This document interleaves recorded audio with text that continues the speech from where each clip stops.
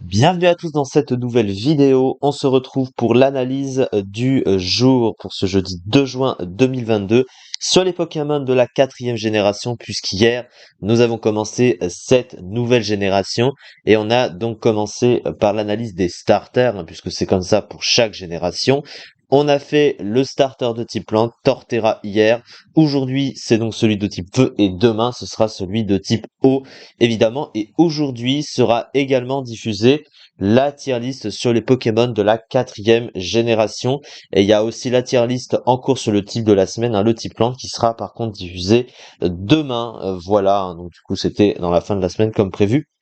On va partir tout de suite. Donc du coup, le starter de type feu de la 4e génération, Simiabraz. Simiabraz, c'est un Pokémon extrêmement fort en stratégie, un des meilleurs Pokémon offensifs du jeu, un Pokémon offensif qui a même un peu orienté le metagame, qui a influencé même le metagame depuis qu'il est arrivé du coup en 4e génération, et il fait partie des Pokémon qui a mis en jeu le fameux Mixed Sweeper, c'est-à-dire un Pokémon qui est capable de jouer des attaques autant sur le physique et sur le spécial dans le même moveset, même plus généralement, lui permettant d'avoir une couverture offensive assez large. C'est assez rare d'avoir un Pokémon offensif pouvant le faire, et il en est largement capable. Alors, Simiabras, qu'est-ce que c'est en stratégie?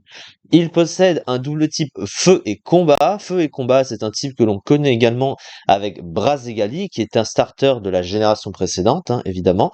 Il y a aussi Roitiflamme, qui a également le même double type, mais de la génération suivante. Donc c'est assez drôle d'ailleurs que ce soit 3 fois le même double type à 3 générations de suite. Mais voilà, alors feu et combat, défensivement, c'est un type qui est pas incroyable, mais relativement correct, parce qu'il possède quand même pas mal de résistance. Il a 5 résistances et une double résistance insecte, avec notamment la double résistance à demi-tour, la résistance ténèbres à sabotage, la résistance feu, un des 3 types super efficaces sur le type acier. La résistance glace, c'est aussi pratique. La résistance plante et acier, c'est pas des types très courants offensivement, mais il va pas s'en plaindre. Il a cependant 4 faiblesses assez gênantes, au type vol, sol, psy et eau. C'est des types qu'on voit assez souvent. Alors le type psy peut-être un peu moins, mais les 3 autres globalement très souvent. Le type sol, c'est un des 3 types super efficaces sur le type acier, voire même le meilleur type offensif du jeu. Donc voilà. Par contre, offensivement, c'est de très loin un des meilleurs combos de double stab du jeu. Pour faire court, les deux types feu et combat, séparément ou ensemble, sont deux des 3 types super efficaces sur le type acier. Donc quand tu les ajoutes ensemble et quand ça joue sur des stabs, ça donne un combo de type extrêmement puissant, et il y a peu de Pokémon dans le jeu qui y résistent, 69 précisément. Donc c'est pas énormissime, et surtout c'est super efficace sur 479 Pokémon. Donc les deux types, c'est vraiment un combo de stab béni, clairement. Il y a beaucoup de Pokémon, voilà, qui voudraient avoir ces combos de types sur des stabs qui ajoutent vraiment une puissance offensive sur un Pokémon offensif. Donc du coup, c'est vraiment très très fort. Alors au niveau des deux talents, alors le premier, c'est le talent de tous les starters de type feu, Brasier. Brasier apporte 50% de puissance supplémentaire aux attaques de type feu s'il tombe à moins d'un tiers de sa barre de vie. Alors c'est très situationnel, parce que bon, le type feu à lui tout seul est pas non plus un excellent stat pris à part, mais le truc c'est que c'est pas un Pokémon qui tank énormément les coups, donc quand bien même qu'il puisse utiliser ce talent, ça voudrait dire qu'il puisse tanker en étant suffisamment affaibli pour utiliser ce talent, mais il préfère spammer la puissance offensive de son stab sans avoir besoin d'utiliser ce talent, qui n'aurait pas vraiment d'utilité, parce que bon, tu préfères utiliser la puissance de ton type en spammant les attaques plutôt que d'attendre d'être affaibli pour ça, au final, pour un talent qui marchera très peu souvent, ou que tu utiliseras très peu souvent. Son autre talent est situationnel aussi, parce qu'il dépend de son moveset, mais il est beaucoup plus utile, c'est Iron Fist, point de fer en français, qui lui donne 20% de puissance supplémentaire pour toutes les attaques dépendant des points, tout simplement. Donc, pour les points élémentaires ou points de feu, par exemple, point de feu profite du stab, du coup, et en plus, il y a 20% de rajouté avec point de fer. C'est utile, mais ça dépend énormément du moveset, parce que si tu n'utilises pas les capacités à base de points, en tout cas pas des masses, ou même pratiquement aucune dans ton moveset, eh bien c'est un talent qui servira à rien et qui sera plus situationnel parce que ça dépendra vraiment du set que tu veux mettre en place sur ton Pokémon. Au niveau des statistiques de ce Pokémon, alors au niveau offensif, il a 104 en attaque, 104 en attaque spéciale. Il tape aussi fort sur le physique et sur le spécial. C'est pour ça que c'est un des premiers Pokémon offensifs à avoir rendu utile le Mixed Sweeper. Toutefois, 104 dans les offenses, c'est pas non plus incroyable, hein, ça tape pas si fort que ça. Même s'il a le move pool pour le compenser, hein, on va le voir juste après, c'est-à-dire qu'il peut se setup sur le physique et sur le spécial. Ça reste pas des offenses incroyables, donc il peut manquer par moment de puissance et il dépend parfois un peu du setup pour taper plus fort, mais c'est pas non plus des offenses dégueulasses à ce niveau-là. À côté de ça, il a un speed tier qui est bon, hein, 108 en vitesse pour un Pokémon offensif, c'est un bon speed tier. Son bulk, par contre, est assez moyen, hein, 76 en PV, 71 dans la défense, c'est-à-dire qu'il tank pas énormément de choses, hein, des capacités assez puissantes ou super efficaces vont très largement le tuer, donc il peut pas vraiment se permettre de tanker des coups ou de venir sur des coups, enfin, ou des attaques globalement.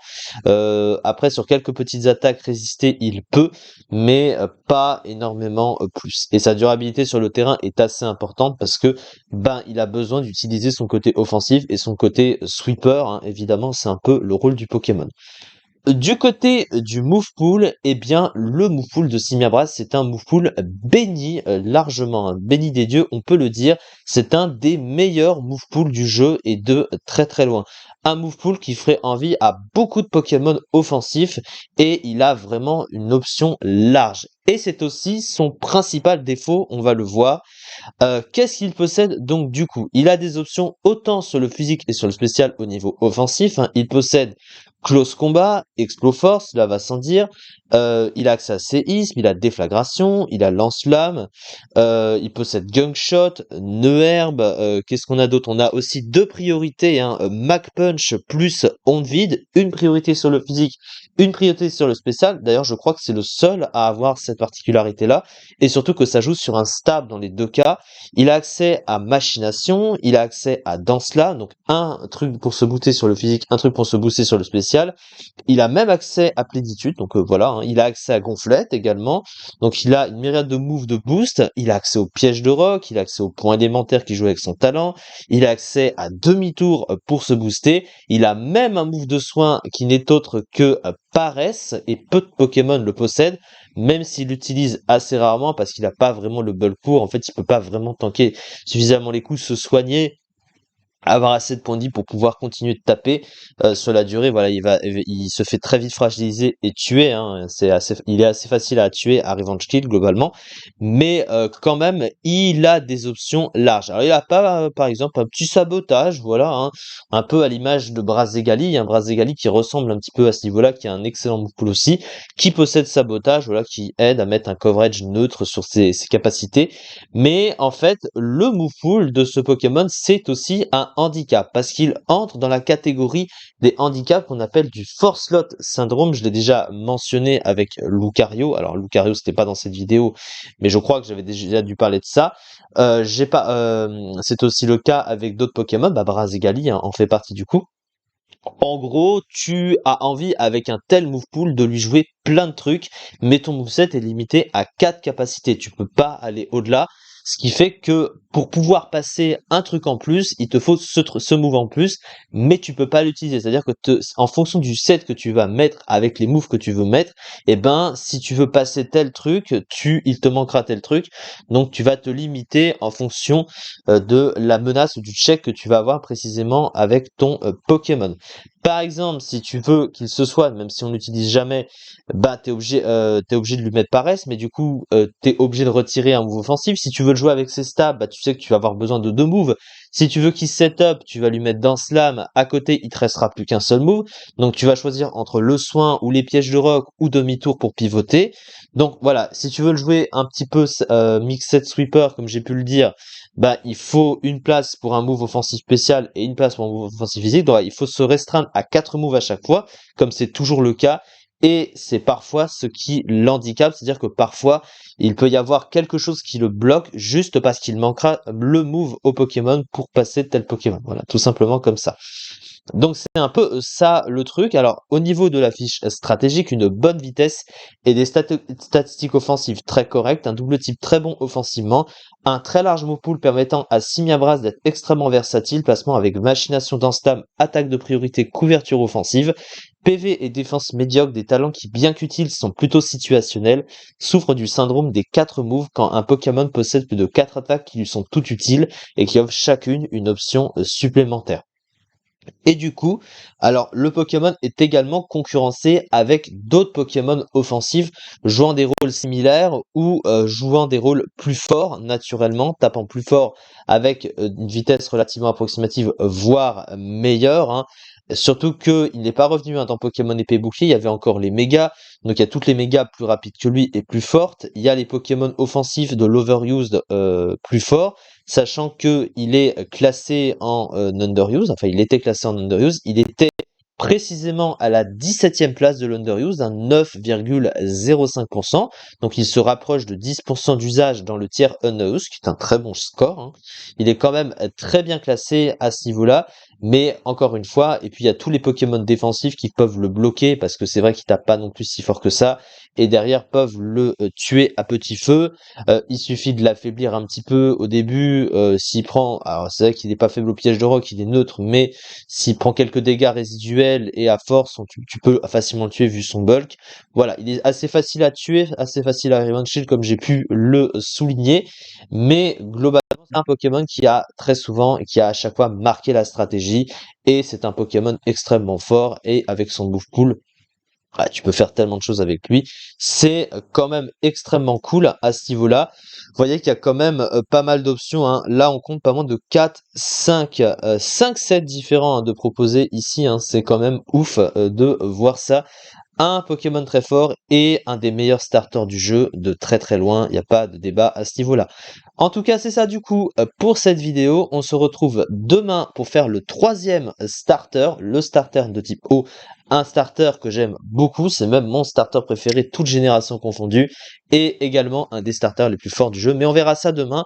Merci beaucoup en tout cas de m'avoir suivi et à très vite pour une prochaine vidéo.